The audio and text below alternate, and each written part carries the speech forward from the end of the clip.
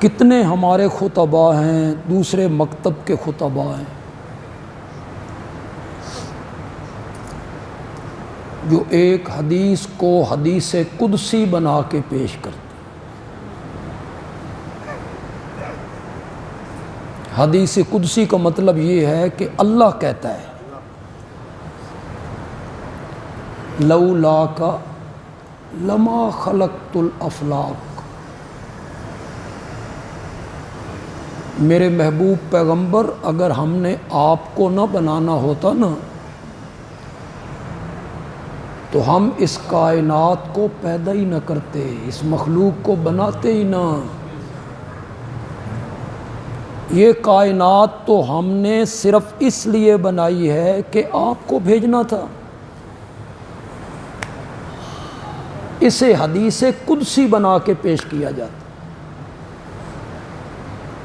جبکہ سر کی چوٹی سے لے کے پیر کی چھوٹی انگلی تک یہ جھوٹ ہے، موضوع ہے، من گھڑت ہے، نبی پاک کا ارشاد نہیں۔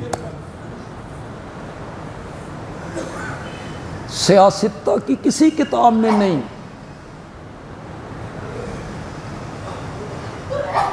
یہ جو پہلے دوسرے درجے کی کتابیں ہیں کوئی نہیں، وہ جو 7ویں درجے کی کتابیں ہوتی ہیں سکیاں سنیاں رلائی جاؤ،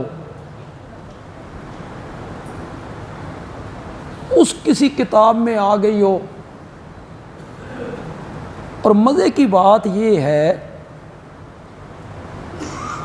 نام تو میں نہیں لوں گا، شاید آپ سمجھ جائیں، جن لوگوں نے فضائل کی کتابوں میں اس حدیث کو نقل کیا ہے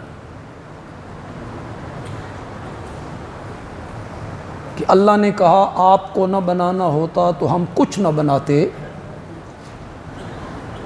وہ جو عربی عبارت تھی اس عربی عبارت میں یہ تحریر کیا ہے کالا علی قاری، حنفیوں کے عالم ملا علی قاری کہتے ہیں ھذا حدیث موضوع، اس کا معنی تو سا کرو، موضوع کا کیا معنی؟ وضع کرنا، بنانا، گھڑنا۔ ھذا حدیث موضوع ولیکن معنی صحیح، لفظ تو اس کے موضوع ہیں، ثابت نہیں ہے، لیکن معنی کے لحاظ سے صحیح ہے۔ لفظ موضوع ہے، کھڑے ہوئے، اور معنی کیا ہے؟ صحیح۔ عجیب بات نہیں؟ اگر معنی کے لحاظ سے صحیح ہے نا تو معنی میں کرتا ہوں، آپ کوئی معنی کر لیں، آپ کو بھی اختیار ہے، کرے کوئی معنی۔ پھر معنی ہی کرنا ہے نا تو معنی ایک میں کر دیتا ہوں، قرآن کے مطابق ہو جائے گا انشاءاللہ۔ اللہ کہنا یہ چاہتے ہیں کہ میرے پیارے پیغمبر اگر ہم نے آپ کو پیدا کر کے آپ کی زبان مقدس سے اپنی توحید کو بیان نہ کروانا ہوتا تو ہم کائنات پیدا ہی نہ کرتے۔ چلو جی، معنی ہم نے کر دیا، یہ قرآن کے عین مطابق ہے۔ میں آیت پڑھ دیتا ہوں، آپ اس کا ترجمہ کر دیں۔ وَمَا خَلَقْتُ الْجِنَّ وَالْإِنسَ إِلَّا لِيَعْبُدُونَ، ہم نے جنوں انسانوں کو کسی شخصیت کے لیے پیدا نہیں کیا ہے، ہم نے جنوں اور انسانوں کو پیدا کیا ہے صرف اس بات کے لیے کہ اس دھرتی پر صرف میری عبادت ہو۔ یہ قرآن ہے، اس طرف علماء نہیں آئیں گے، ان کے نصیب میں بھی نہیں، اللہ نے ان کی قسمت میں بھی نہیں کی۔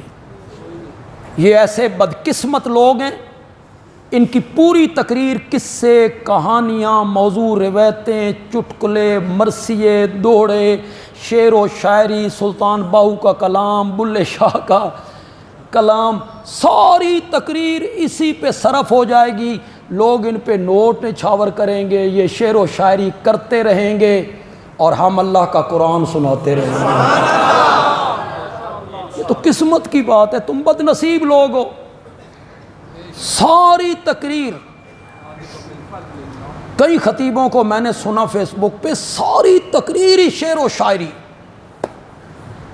لوگ آئے ہیں شعر و شاعری سننے کے لیے، مرثیے سننے کے لیے، ڈوڑے سننے کے لیے، وارث شاہ کا کلام ہیر سننے کے لیے، یا بلے شاہ کا کلام سننے کے لیے، یا سلطان باہو کا کلام سننے کے لیے۔ وہ لوگ بھی شاید بد نصیب ہیں جو آپ کی تقریروں میں یہ سننے کے لیے آتے ہیں۔ ہمارے طرف آنے والے لوگ خوش نصیب ہیں جو رب کا قرآن سننے کے لیے آتے ہیں۔ کئی جگہوں پہ قرآن نہیں کہتا ہم نے زمین و آسمان کو صرف ایک مقصد کے لیے پیدا کیا ہے، بالحق۔ اس کا معنی کیا کیا مفسرین نے؟ لِإِظْهَارِ الْحَقِّ۔ ہم نے زمین و آسمان کو اور ساری کائنات کو اس لیے پیدا کیا ہے حق ظاہر ہو جائے، سچ ظاہر ہو جائے۔ اور بندیالوی کہتا ہے اس کائنات کا سب سے بڑا سچ رب کی توحید ہے، سب سے بڑی حقیقت ہے لا الہ الا اللہ۔ یہ کائنات نہ کسی نبی کے لیے بنائی گئی، نہ کسی فرشتے کے لیے بنائی گئی، یہ کائنات رب نے بنائی ہے حق کو ظاہر کرنے کے لیے۔ کتنی مشہور حدیث ہے، آپ نے سب نے سنی ہوگی علماء سے، اس وقت تک قیامت نہیں آئے گی جب تک اس دھرتی پر ایک بندہ بھی اللہ اللہ کہنے والا ہوگا، یعنی میری توحید کا ماننے والا ہوگا، میری وحدانیت کا ماننے والا ہوگا، اس وقت تک قیامت نہیں آئے گی جب ایک بندہ بھی میری الوہیت کا ماننے والا نہیں رہے گا۔ ہم قیامت قائم کریں گے، اس لیے کہ جس مقصد کے لیے کائنات بنائی تھی اس مقصد کو ماننے والا کوئی نہیں، ہم نے کائنات بسا کے کیا لینا ہے۔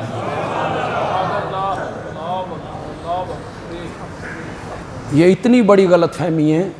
اچھے علماء، اچھے پڑھے لکھے، تعلیم یافتہ، اینکر، پروفیسر، وکیل، سب اس غلط فہمی کا شکار ہیں۔ میری آواز ان تک پہنچ رہی ہے تو اپنی غلط فہمی دور کیجئے۔ وَمَا خَلَقْتُ الْجِنَّ وَالْإِنسَ إِلَّا، یہ کائنات اللہ نے اپنی توحید پر بطور دلیل پیدا کی ہے، نشانی۔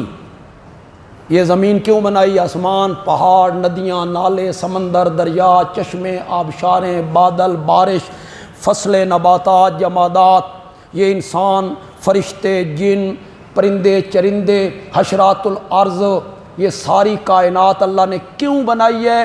اپنی وحدانیت پر بطور دلیل، اپنی الوہیت پر بطور نشان اللہ نے بنائی ہے۔ میری الوہیت کو پہچاننے کی کوشش کر، اس کائنات کا الہ صرف میں ہوں، میرے سوا الہ کوئی نہیں، اس کائنات کا معبود صرف میں ہوں، میرے سوا معبود کوئی نہیں، اس کائنات میں عبادت کے لائق صرف میں ہوں، میرے سوا عبادت کے لائق کوئی نہیں، اس کائنات میں مسجود صرف میں ہوں، میرے سوا مسجود کوئی نہیں، اس کائنات میں نظر و نیاز کے لائق صرف میں ہوں، میرے سوا نظر و نیاز کے لائق کوئی نہیں۔ کیوں مولا؟ اس پر رب نے کائنات کی ایک ایک چیز کو بطور دلیل پیش کیا، میں ہی الہ ہوں، میں ہی معبود ہوں، میں ہی مسجود ہوں، اس لیے کہ چلتے ہوئے پانی پہ زمین کو بچھانے والا جو میں ہوں۔ یہ قرآن پیش کرتا ہے دلیل۔